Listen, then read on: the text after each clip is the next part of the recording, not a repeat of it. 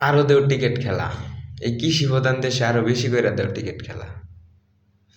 এত কম টার্গেট এটাও টপকাইতে পারে না এই কৃষি প্রধান দেশের টিকিট খেলা। মায়ের দোয়া টিকিট টিম। ভাই আমি টিকিট খেলা নিয়ে কখনো ভিডিও করি নাই, কখনো করি নাই। আমি বহুত খেলা দেখছি, কিন্তু আজকের মতন আমার কষ্ট কখনো লাগে নাই। কারণ এই 135টা রান এটা টপকাইতে পারলো না। এত সুন্দর একটা সুযোগ, এত সহজ সুযোগ ভাই, ফাইনালে যাওয়ার জন্য। এই এই সুযোগটাও কাজে লাগাতে পারে না বাংলাদেশে, বলেন ভাই। আপনারাই সুখী মানুষ, যারা খেলা বুঝে না, যারা খেলা দেখে না, এরাই সুখী মানুষ।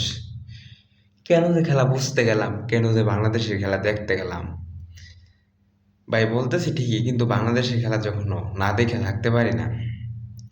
কিন্তু আঙ্গর ইমোশনাল নিয়ে খেলে, আঙ্গর আবেগ নিয়ে খেলে,